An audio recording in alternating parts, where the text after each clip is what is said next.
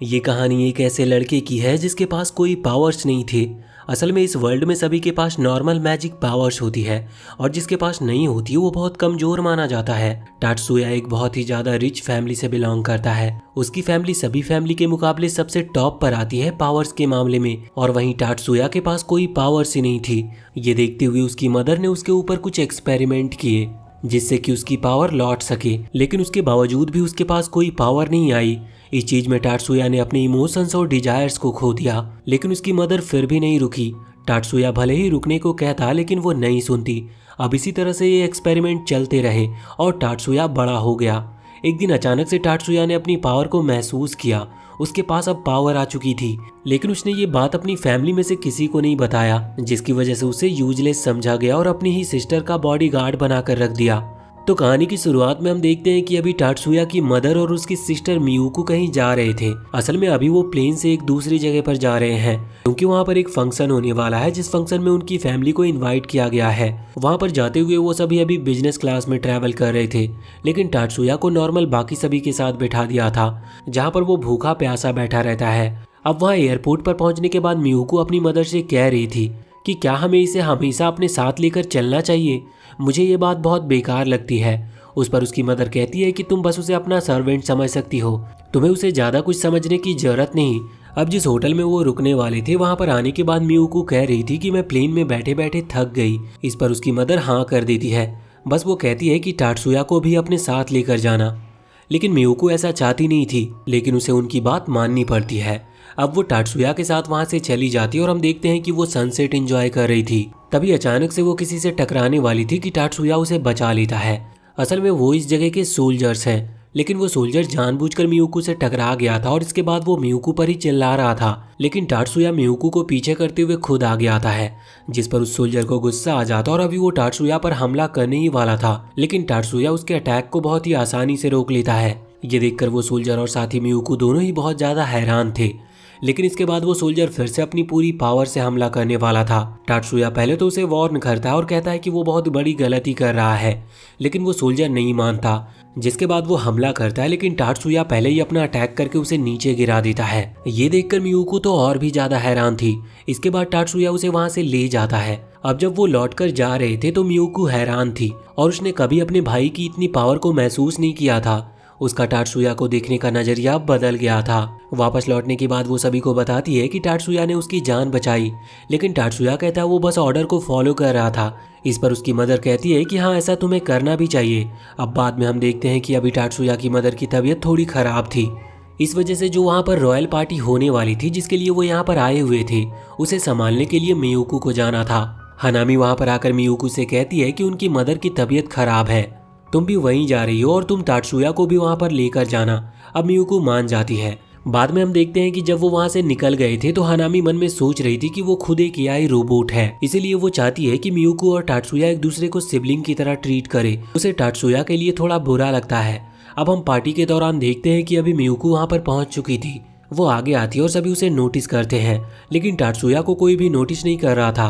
वो अकेला वहां कोने में खड़ा हुआ था। मियुको जब आगे जाती है तो उसे अपने दो और सिबलिंग्स मिलते हैं और यहाँ पर वो उनसे मिलकर बहुत खुश थी, लेकिन वो दोनों ही सिबलिंग थोड़ी सी बात करके टाटसुया के बारे में पूछते हैं और इसके बाद वो दोनों ही वहाँ पर टाटसुया के पास आ गए थे। अभी उन दोनों बच्चों के फादर आकर वहाँ पर मियुको से कहते हैं कि माफ करना, वो नहीं जानते कि तुम याटसुबा फैमिली की सक्सेसर हो। और इसके बाद मियुको को इस चीज से कोई फर्क नहीं पड़ रहा था, पर जब वो वहाँ पर दूसरी तरफ देखती है तो अभी टाटसुया उन दोनों से ही बात करते हुए खुश था और स्माइल कर रहा था। ये देखकर मियुको थोड़ा सा जेलस फील करती है क्योंकि टाटसुया ने कभी भी उसके साथ बात करते हुए स्माइल नहीं की है, लेकिन फिर खुद को समझाने के लिए वो सोचती है कि याटसुबा फैमिली तो जापान की सबसे पावरफुल मेज फैमिली है। अगर वो लोग टाटसुया को इतना कमजोर समझते हैं तो सच में वो कमजोर होगा।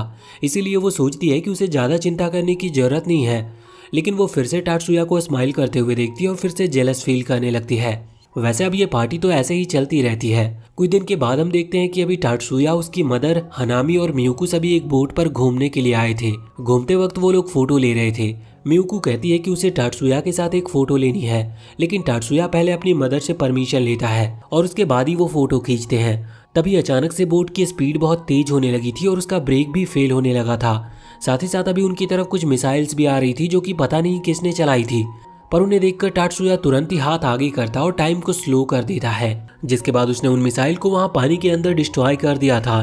ये देखकर मियुको समझ गई थी कि यह टाटसुया की पावर है, लेकिन वो बहुत ही ज्यादा हैरान थी कि टाटसुया अपनी पावर को अपने आप ही यूज कैसे कर सकता है, क्योंकि इस वर्ल्ड में मैजिक पावर का यूज करना इतना आसान भी नहीं था। उसके लिए भी कई गैजेट्स लगते हैं, साथ ही साथ बहुत ही ज्यादा कंट्रोल होना चाहिए। वैसे बाद में हम देखते हैं कि जब वो घर पर आते हैं तो वहाँ पर आर्मी कमांडर आया हुआ था। वो कह रहा था कि उन्हें इस चीज का नहीं पता कि आखिर वो मिसाइल चलाए किसने थे, मगर वो उसकी पूरी रिसर्च कर रहे हैं। पर तभी टाटसुया की मदर कहती है कि कोई जरूरत नहीं, वैसे भी वो हमें लगी नहीं।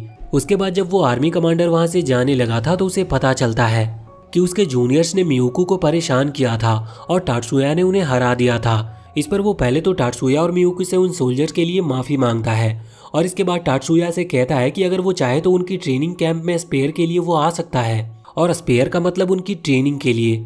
असल में बाकी सभी टाटसुया को याटसुबा फैमिली का एक मेंबर समझते हैं, इस वजह से वो जानते हैं कि टाटसुया स्ट्रांग होगा, इसीलिए वो उसे ट्रेनिंग के लिए बुला रहे थे। अब टाटसुया तो इसके बारे में सोच भी नहीं रहा था, लेकिन उसकी मदर कहती है कि उसे वहां पर जाना चाहिए, क्योंकि वैसे भी वो घर पर रह जाता है और उसे कुछ आता भी नहीं, तो इससे वो थोड़ा फाइट करना भी सीख लेगा।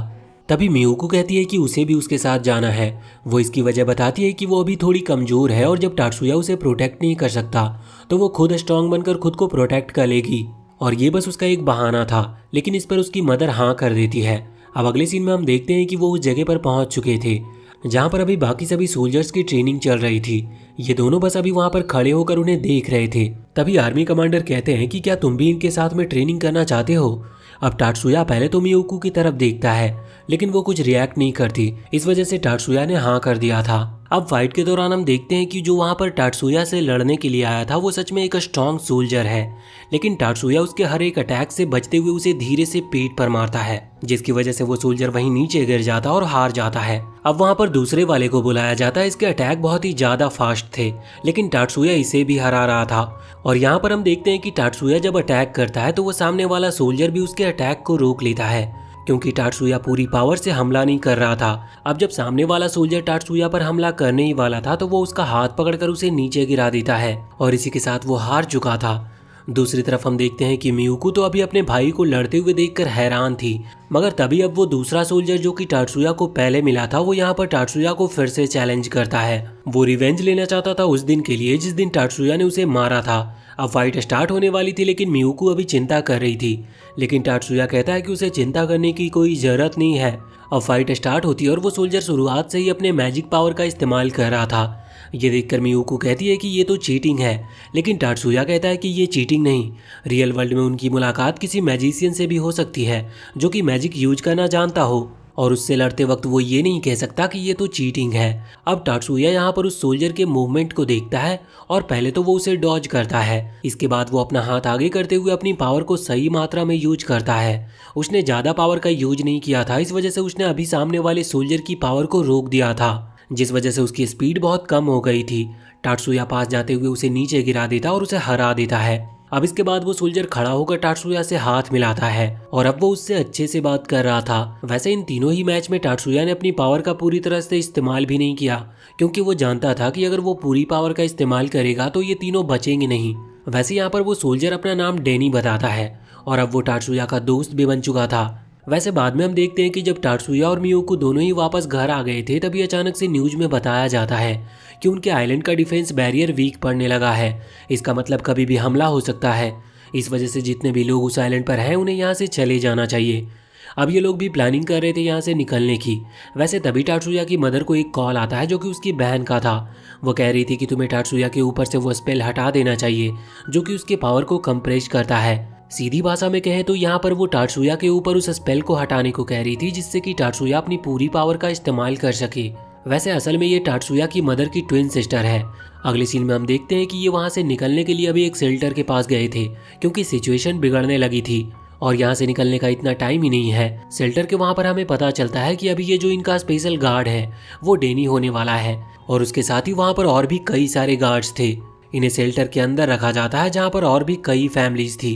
वैसे अभी सभी को थोड़ा अजीब महसूस हो रहा था और वहीं टाटसुया को अचानक से गन की आवाज आती है जो कि इतनी दूर से आ रही थी कि बाकियों ने उसे सुना नहीं था। वो नीचे हाथ लगाते हुए महसूस करता है कि असल में इस जगह पर मैजिक यूज किया गया है जो कि उनकी पावर को एब्जॉर्ब करता है, जिस वजह से वो अपनी पावर का पूरी तरह से इस्तेमाल नहीं कर सकते। अब वो इस बारे में जानने के लिए बाहर जाने वाला था, इतने में ही उसकी मदर अपनी पावर से टाटसुया के ऊपर से उस स्पेल को हटा देती है जो कि उसके पावर को कम कर रहा था। इसके बाद अब वो बाहर आकर देखता है बाहर सिचुएशन थोड़ी खराब थी। हम अंदर आते हैं तो देखते हैं कि अभी एक सोल्जर की टीम वहां पर आ गई थी। वो सभी से कह रही थी कि सभी को उनके साथ चलना है क्योंकि वो शेल्टर खाली करने वाले हैं। लेकिन इस पर टाटसुया की मदर कहती है कि अभी वो बाकी सभी को ले जाए, उन्हें सबसे आखिरी में ले जाए क्योंकि टाटसुया अभी बाहर गया है। इस पर हनामी शॉक थी। वो पूछती है कि क्या उन्हें टाटसुया की चिंता हो रही है, लेकिन इस पर वो कहती है कि नहीं, उन्हें सोल्जर पर भरोसा नहीं। हम देखते हैं कि ये बात सही थी क्योंकि अब वो सोल्जर सच में इन लोगों के ऊपर गन तान देते हैं। लेकिन उन्हें बचाते हुए हनामी सामने आ गई थी और उसने एक बैरियर क्रिएट कर लिया था। दूसरी तरफ अभी डेनी भी वहां पर आ जाता है जो उस सोल्जर को इस तरह से बिहेव करते हुए देखकर हैरान था। वो उन्हें समझाता है पर वो कहते हैं कि डेनी बहुत ज्यादा पावरफुल है और उन्हें कभी उतनी इज्जत नहीं मिली, इस वजह से वो उनका साथ नहीं देते। पर डेनी उन्हें समझा रहा था कि देखो, तुम्हें ऐसा करने की जरूरत नहीं है, ये बहुत बड़ी गलती हो सकती है और आखिर में तुम्हें कुछ हासिल नहीं होगा। अब वो मान गए थे और उन्होंने अपना गन नीचे कर लिया था। लेकिन इतने में ही हनामी अपनी पावर से एक सोल्जर को मार देती है। ये देखते हुए वो सोल्जर गुस्से में आ जाते हैं और गन तानते हुए यहाँ इन तीनों पर ही गोली चला देते हैं। जिस चीज में मियुको, हनामी और उसकी मदर वहीं पर मारी गई थी। अब तभी वहां पर एक सर्कल क्रिएट होता है जो कि एक पोर्टल था। उसके थ्रू टाटसुया वहां पर आ गया था। उसने वहां पर आते ही उन सभी सोल्जर को एक एक करके खत्म करना स्टार्ट कर दिया था। इसके बाद हम देखते हैं कि मियुको वहां पर नीचे पड़ी हुई थी और वो अभी पूरी तरह से मरी नहीं थी। इस वजह से टाटसुया वहां आगे आता और उसके चेस्ट पर हाथ रखते हुए अपनी मैजिक पावर से पहले तो उसे हील करने लगता है। यहाँ पर हम मियुको के माइंड के अंदर देखते हैं, वो अभी टाटसुया की आवाज सुन पा रही थी मगर वो सोच रही थी कि वो उसे आखिर बचा क्यों रहा है, जबकि उसने जो कुछ भी किया उसके बाद टाटसुया को उसे माफ नहीं करना चाहिए। उसे भी इस चीज का बुरा लग रहा था और वो सोचती है कि उसे मर ही जाना चाहिए। पर तभी अचानक से उसकी आंखें रियल वर्ल्ड में खुलती है और वो देखकर हैरान थी कि अब वो जिंदा है। वो सोच रही थी कि क्या सच में टाटसुया किसी को भी जिंदा कर सकता है। ये पावर बहुत ही ज्यादा बड़ी पावर है। तभी हम देखते हैं कि वहां पर मियुको की मदर पूरी तरह से मर चुकी थी, उनकी सांसें भी रुक गई थी। लेकिन इसके बाद टाटसुया अपने पास से एक गन निकालता है जिसके थ्रू वो अपनी पूरी एनर्जी का यूज करते हुए उन्हें भी वापस से लाइफ दे देता है। साथ ही यहाँ पर हनामी भी फिर से जिंदा हो गई थी। ये देखकर मियुको और भी ज्यादा हैरान थी। साथ ही साथ यहाँ पर हनामी भी शौक थी क्योंकि उसे इस बारे में नहीं पता था। वो कहती है कि इस धरती पर ऐसी कोई भी हीलिंग पावर नहीं जो कि एक मरे हुए को जिंदा कर सके।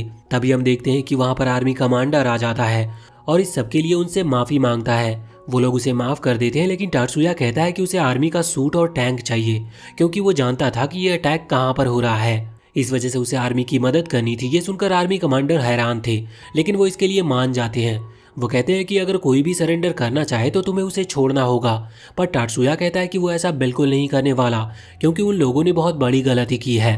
बाद में जब टाटसुया जाने वाला था तभी वहाँ पर मियुको आकर उससे कहती है कि वो क्यों जा रहा है, वहाँ पर बहुत खतरा होने वाला है। लेकिन इस पर टाटसुया कहता है कि नहीं, जिन लोगों ने उसकी सिस्टर को चोट पहुंचाई वो उन्हें नहीं छोड़ेगा। साथ ही यहाँ पर वो बातों ही बातों में अपनी सीक्रेट को भी रिवील कर देता है। वो कहता है कि इस पूरे वर्ल्ड में उसके लिए उसकी छोटी बहन से ज्यादा और कोई खास नहीं। अगर कोई उसे चोट पहुंचाने की कोशिश करेगा तो इसके लिए वो पूरे प्लेनेट को भी डिस्ट्रॉय कर सकता है। और इतना कहते हुए वो वहाँ से चला जाता है। दूसरी तरफ हम देखते हैं कि वहाँ पर वो जो लोग हमला कर रहे थे वो बहुत ही ज्यादा लोग लेकर आए थे और वो अभी पानी के थ्रू इसी आइलैंड पर आ रहे थे और वहाँ पर हमला कर रहे थे। टाटसुया भी वहाँ पर अपने टैंक के साथ पहुँच जाता है। वो कुछ लोगों को तो अपनी पावर के साथ डिलीट ही करता जा रहा था मगर इस चीज में उसे एक एक करके बहुत ज्यादा टाइम लगने वाला था। साथ ही यहाँ पर जो उसके साथी मरते जा रहे थे वो उन्हें भी हील कर रहा था। दूसरी तरफ ये सब चीज वहाँ पर मियुको और उसकी मदर देख पा रही थी। मियुको अपनी मदर से पूछती है कि आखिर टाटसुया की पावर का सीक्रेट क्या है। उसकी मदर को ये सब पहले से पता था। वो कहती है कि ठीक है, तो अब मैं तुम्हें बता ही देती हूँ। असल में यात्सुबा फैमिली सबसे पावरफुल मेज फैमिली है, लेकिन टाटसुया एक ऐसा लड़का था जिसके पास कोई मैजिक पावर्स नहीं थी। तो उन्होंने कोशिश की कि वो उसे जबरदस्ती एक मैजिक पावर दिला सके। इसके लिए जब उन्होंने एक्सपेरिमेंट स्टार्ट किए तो इसके दौरान टाटसुया ने अपने सारे सेंसेस और इमोशंस खो दिए। उसके पास बस एक चीज बची थी। यहाँ पर अभी वो चीज बताने वाली थी, लेकिन इसके पहले मियुको को ये भी पता चलता है कि असल में सिर्फ टाटसुया ही नहीं था जिसने उस एक्सपेरिमेंट के दौरान कुछ खोया हो। उसकी मदर को भी यही सेम चीज हुई थी। उन्होंने भी उस दौरान अपने सारे इमोशंस खो दिए। यहाँ पर मियुकू को जानने को मिलता है कि टात्सुया के पास अब सिर्फ एक ही इमोशन बचा है, जो था उसकी बहन के लिए उसका प्यार। इसीलिए वो उसकी सिस्टर के लिए कुछ भी कर सकता है और उसी चीज का बदला लेने के लिए अभी वो उन लोगों पर हमला करने के लिए गया है। अब ये सुनकर मियुकू को और ज्यादा बुरा लगने लगता है और अब यहाँ पर उसे डबल बुरा इस चीज से भी लग रहा था क्योंकि उसकी मदर के पास इमोशंस नहीं है। तो अगर वो टात्सुया को इस तरह से ट्रीट करती है तो ये नॉर्मल सी बात है, लेकिन मियुकू के पास तो इमोशंस हैं, फिर आखिर वो उसे इस तरह से क्यों ट्रीट करती थी जबकि टात्सुया हमेशा से उसकी हर बात मानता आया है। इस तरफ हम देखते हैं कि अभी टात्सुया के सामने 6 और शिप्स आ गई थी जो कि पावरफुल थी और इन्हीं की तरफ हमला कर रही थी। अब उन पर एक एक अटैक करने का कोई फायदा नहीं था। टात्सुया को जो भी अटैक करना होगा वो इतना पावरफुल होना चाहिए कि जिसकी वजह से ये 6 के 6 शिप्स खत्म हो सके। टात्सुया को उसके लिए टाइम लगेगा, वो टाइम मांगता है और अपने अटैक का यूज करने लगता है। उसके लिए उसे बहुत ज़्यादा मेजरमेंट करने की जरूरत थी कि उसे ये अटैक कहाँ पर करना है। दूसरी तरफ हम देखते हैं कि जब ये चीज़ हनामी देखती है तो वो टात्सुया की मदर से कहती है कि क्या वो टात्सुया की मदद करने जाए। इस पर टात्सुया की मदर कहती है कि ये उसकी मर्जी है, अगर वो जाना चाहती है तो जा सकती है, वो इस पर कुछ नहीं कह सकती। अब अगले सीन में हम देखते हैं कि वहाँ जब टात्सुया उस अटैक के लिए मेजरमेंट कर रहा था तब वो 6 शिप्स यहाँ इनके ऊपर हमला करती है। बाकी गार्ड्स उन्हें रोकने की कोशिश कर रहे थे पर वो ज़्यादा देर तक उसे रोक नहीं सकते थे। तभी वहाँ पर हनामी आ जाती है जो कि अपनी पावर से उन अटैक्स को रोकने लगती है। कुछ देर तो वो उन अटैक्स को रोकने में कामयाब रहती है क्योंकि उसने बैरियर का यूज किया था, लेकिन इस बैरियर को बनाने में उसकी पूरी एनर्जी खत्म हो चुकी थी और वो खुद भी एक एआई रोबोट है, इस वजह से जल्दी वो पूरी तरह से खत्म होने वाली थी। पर इतने में ही टात्सुया का मेजरमेंट पूरा हो जाता है। इसके बाद वो अपना अटैक का यूज करता और फिर वहाँ पर एक बहुत ही ज़्यादा तेज ब्लास्ट होता है। ये ब्लास्ट इतना ज़्यादा तेज था कि वो 6 शिप्स और साथ ही साथ बाकी जो सोल्जर नॉर्मल शिप्स पर थे वो सभी वहाँ पर मारे गए थे और एक बहुत बड़ी पानी की वेव इनकी तरफ आ रही थी, पर ये किसी तरह से वहाँ से भागते हुए बच जाते हैं। बाद में हमें ये भी पता चलता है कि अब हनामी नहीं बचने वाली क्योंकि उसने अपनी एनर्जी का ज़्यादा ही यूज कर लिया था। वैसे दिक्कत की बात नहीं थी, टात्सुया उसे फिर से हील कर सकता है, इसका मतलब वो उसे ठीक कर सकता था, पर हनामी इसके लिए मना कर देती है। वो कहती है कि वो एक एआई रोबोट है, उसे हमेशा ऑर्डर मानने पड़ते हैं और वो हमेशा दूसरे की मर्जी से जीती रही, जबकि वो ऐसा नहीं करना चाहती थी। अब वो मरने वाली है और ये उसकी खुद की मर्जी होने वाली है, इसीलिए वो टात्सुया से कहती है कि वो उसे ठीक ना करे, जिस पर टात्सुया भी उसकी बात मान जाता है। इसके बाद अब सीन चेंज होता है और हमें जानने को मिलता है कि अब पूरे 3 साल बीत चुके हैं इस इंसिडेंट को और अब टात्सुया और मियुकू दोनों ही मैजिक हाई स्कूल ज्वाइन करने वाले हैं। आज स्कूल का पहला दिन था। टात्सुया जब वहाँ पर पहुँचता है तो उसे सबसे पहले एक लड़की मिलती है, इसका नाम मायूमी है और असल में ये स्टूडेंट काउंसिल की प्रेसिडेंट है। वो वहाँ पर टात्सुया को कहती है कि तुम न्यू स्टूडेंट हो, अगर तुम्हें कोई भी हेल्प चाहिए तो तुम मुझसे कह सकते हो। टात्सुया उसे थैंक यू कहता है। वैसे वो नोटिस करता है कि मायूमी के पास सीएडी डिवाइस है। ये वही डिवाइस है जो कि मैजिक को यूज करने के लिए इस्तेमाल किया जाता है। वो समझ गया था कि ये कोई ऑर्डिनरी पर्सन तो नहीं है, इस वजह से टात्सुया कहता है कि मुझे कोई हेल्प नहीं चाहिए। अब जब वो वहाँ हाई स्कूल के अंदर की तरफ आता है तो यहाँ पर वो देखता है कि अभी कई सारे न्यू स्टूडेंट ज्वाइन हुए थे, इसीलिए 2 अलग अलग जगह बांटी गई थी। असल में यहाँ पर एंट्रेंस सेरेमनी हो रही है, तो आगे जो बच्चे बैठे हैं वो अच्छी फैमिली से बिलोंग करते हैं और उन्हें आगे बैठाने को कहा गया था, और पीछे जो बैठे थे वो नए स्टूडेंट हैं, या ऐसे कह लो कि वो कमजोर हैं या फिर ज़्यादा रिच फैमिली से बिलोंग नहीं करते। टात्सुया जानता है कि उसे कहाँ बैठना चाहिए, इस वजह से वो सबसे लास्ट में जाकर बैठ जाता है। अब तभी वहाँ पर एक लड़की आती है और वो बताती है कि उसका नाम मिजुकी है और वो उसके बगल में बैठ गई थी। साथ ही यहाँ पर मिजुकी की दोस्त भी आ गई थी जिसका नाम था एरिका। इसके बाद वहाँ सामने स्पीच देने के लिए मियुकू आती है। अब बाद में हम देखते हैं कि रात में जब मियुकू टात्सुया के लिए कुछ खाना बना रही थी तब उसे बहुत गुस्सा आ रहा था क्योंकि टात्सुया ने सक्सेसफुली हाई स्कूल ज्वाइन कर लिया, यानी कि उसे वहाँ पर एडमिशन मिल गई, जो कि इतना आसान भी नहीं था। लेकिन फिर भी उनकी फैमिली में से किसी ने भी उसे कॉन्ग्रेचुलेशन नहीं कहा। अब गुस्से की वजह से उसकी जो पावर है यानी कि आइस मैजिक पावर वो अपने आप ही रिलीज हो रही थी, पर टात्सुया वहाँ पर आकर उससे कहता है कि उसे इस चीज़ पर गुस्सा होने की जरूरत नहीं। अब बाद में हम देखते हैं कि अब सुबह हो चुकी थी। वो दोनों ही वहाँ से ट्रेनिंग ग्राउंड की तरफ दौड़ते हुए जा रहे थे। जब वो वहाँ पर पहुँचते हैं तो वहाँ के जो फाइटर्स थे वो टात्सुया पर हमला कर देते हैं और ये सब ट्रेनिंग का हिस्सा था। टात्सुया भी उनसे लड़ने लगा था और वो धीरे धीरे सभी को हराता जा रहा था। यहाँ पर मियुकू बस उसे खड़े होकर देख रही थी। तभी उनके जो सेंसी होने वाले हैं वो यहाँ पर आते हैं और उनके इरादे थोड़े ठीक नहीं लग रहे थे। इस वजह से टात्सुया बाकी लोगों को हराते हुए यहाँ पर आकर सेंसी से फाइट करने के लिए आ जाता है। टात्सुया की जो किक थी वो बहुत ही ज़्यादा ताकतवर थी, पर सेंसी उसे रोक लेते हैं और यहाँ पर अब वो टात्सुया से थोड़े सीरियस होकर फाइट करने लगे थे। टाटसुया भी उनसे फाइट करते वक्त थोड़ा सा शॉक था, क्योंकि सेंसेई भले ही उम्र में ज्यादा नहीं लगते लेकिन वो बहुत ही ज्यादा ताकतवर है। और आखिर में टाटसुया बहुत ही ज्यादा थक गया था, जिसके बाद सेंसी रुकते हैं और कहते हैं कि आज की ट्रेनिंग हमें यहीं पर रोकनी चाहिए।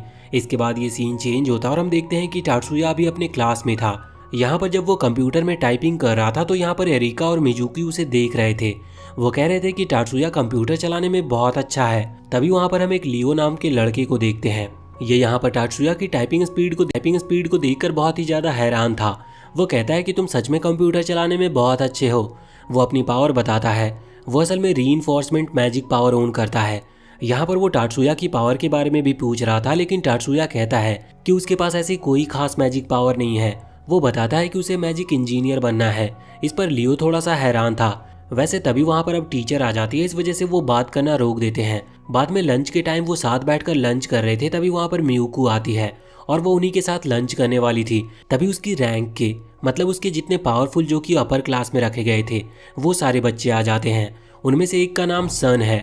वो यहाँ पर मियुको से कहता है कि तुम इनके साथ लंच मत करो, ये कमजोर स्टूडेंट्स हैं, तुम्हें हमारे साथ चलना चाहिए। लेकिन अब इस पर लियो को बहुत गुस्सा आ गया था। वो तुरंत ही सन को फाइट करने के लिए चैलेंज करता है और इसके लिए सन भी तैयार था। लेकिन तभी टाटसुया वहाँ से जाने लगता है और कहता है कि हमें लड़ना नहीं चाहिए। अब इस वजह से ये लड़ाई अभी तो रुक गई थी, लेकिन स्कूल के बाद वो लोग वापस से मिलते हैं। यहाँ पर दोनों ही ग्रुप पूरी तरह से लड़ने के लिए तैयार थे और देखते ही देखते वो लड़ाई भी स्टार्ट हो जाती है, जिसके दौरान यहाँ पर एक लड़की गलती से अपने कैट डिवाइस का यूज कर देती है और उसका यूज करते वक्त उसका वो डिवाइस ब्रेक हो गया था। इस वजह से वो पूरी पावर अनलीज होती है, जो कि डार्कनेस की पावर थी। लेकिन वो पावर अनलीज होते ही खत्म हो गई थी, क्योंकि अभी उस लड़की का उस पर कोई कंट्रोल नहीं था। पर उसकी मैजिक पावर का इतना ज्यादा इस्तेमाल करने की वजह से वहाँ जो ऑरा फैलता है वो वहाँ मिजुकी को महसूस होता है। मिजुकी वही स्टूडेंट काउंसिल प्रेसिडेंट है। वो यहाँ पर आती है और उसके साथ यहाँ पर मैरी नाम की एक लड़की भी आती है, जो कि डिसिप्लिन मेंटेन करने की जो कम्युनिटी बनाई गई है उसकी लीडर है। वो यहाँ पर आकर इन सभी से कहती है कि तुमने बहुत बड़ी गलती की है। स्कूल के बाद या स्कूल के दौरान मैजिक का यूज करते हुए अपने साथियों पर हमला करना गलत है, और वो भी बिना किसी वजह के। इस वजह से अब उन्हें उसके साथ जाना था, क्योंकि उन्हें अब इस चीज की सजा मिलेगी। लेकिन तभी टाटसुया सामने आकर सिचुएशन को संभालने के लिए कहता है कि उन्होंने बस अपने से ज्यादा पावरफुल स्टूडेंट को अपनी पावर दिखाने को कहा था और इसी वजह से उन्होंने अपनी पावर यूज की। अब वैसे तो इसका कोई सबूत नहीं था कि ये सब सच है, लेकिन फिर मायूमी आगे आते हुए कहती है कि शायद टाटसुया सही कह रहा है। इस वजह से अब मैरी ने उसे माफ कर दिया था, पर वो कह रही थी कि अगली बार से वो नजर रखेगी और ऐसी गलती कोई फिर से कभी ना करे। अब उन दोनों के जाने के बाद यहाँ पर सन टाटसुया से कह रहा था कि तुमने भले ही हमारी मदद करने की कोशिश की, लेकिन मैं तुम्हें माफ नहीं करूंगा। तुम अभी भी एक कमजोर क्लास के लड़के हो। इसके बाद वो भी वहाँ से चला जाता है।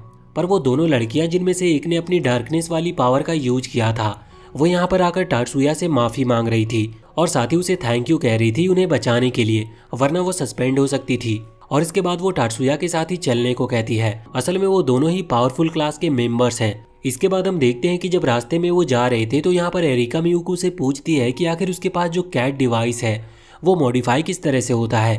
तो वो बताती है कि सारा काम टाटसुया संभालता है, वही उसके कैट डिवाइस को मॉडिफाई करता है और स्ट्रॉन्ग बनाता है। अब एरिका यहाँ कह रही थी कि क्या टाटसुया उसके कैट डिवाइस को भी ठीक कर सकता है, मतलब और ज्यादा अपग्रेड कर सकता है, लेकिन इस पर टाटसुया मना कर देता है। अब अगले दिन हम देखते हैं कि जब वो वापस से स्कूल आ रहे थे तभी मायूमी वहाँ पर आती है और उन्हें रोककर कहती है कि उसे कुछ जरूरी बात करनी है, इसीलिए वो लंच में उनसे मिले।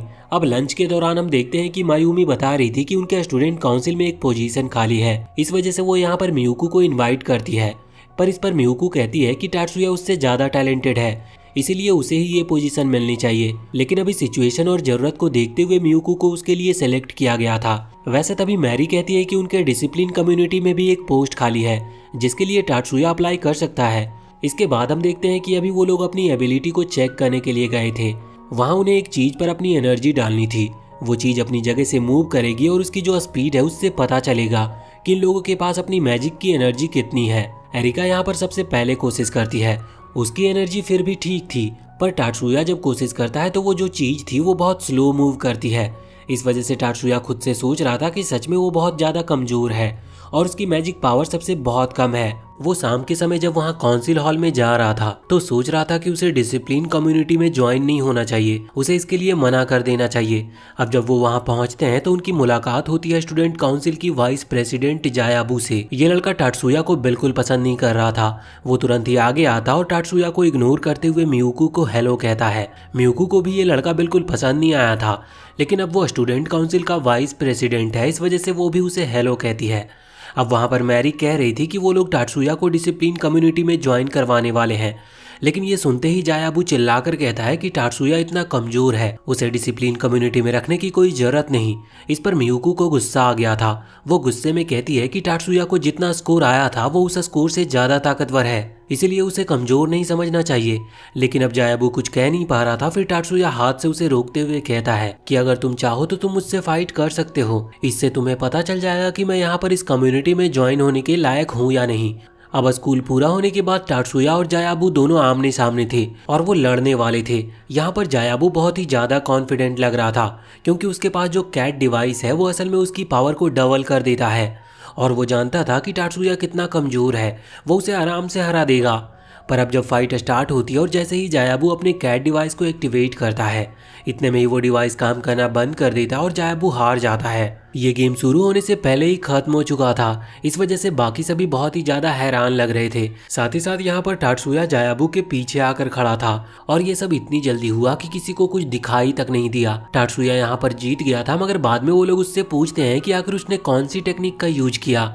मैरी को यहाँ पर लग रहा था कि शायद टाटसुया ने कोई मैजिक का यूज किया है जो कि उसकी एक्सेलरेशन को बढ़ाता है, पर टाटसुया बताता है कि उसने किसी भी मैजिक का यूज नहीं किया, वो बस दौड़ते हुए वहाँ पर जायाबू के पीछे आ गया था। ये करना इम्पॉसिबल था, इस वजह से यहाँ पर मायूमी कह रही थी कि ये कैसे पॉसिबल है, तो वो बताता है कि वो रोज ट्रेनिंग करता है। साथ ही यहाँ पर मियुकू भी बताती है कि वो दोनों ही निंजुत्सु मास्टर के साथ ट्रेनिंग करते हैं। लेकिन यहाँ पर मायूमी के लिए ये मानना थोड़ा मुश्किल था कि आखिर जायाबू हारा कैसे, तो इस पर टाटसुया बताता है कि उसने सियोन वेव्स का यूज किया। सियोन वेव्स असल में ब्रेन के ऊपर असर करती है, जिस वजह से जायाबू खुद के मैजिक पर कंट्रोल नहीं कर पाया और नीचे गिर गया।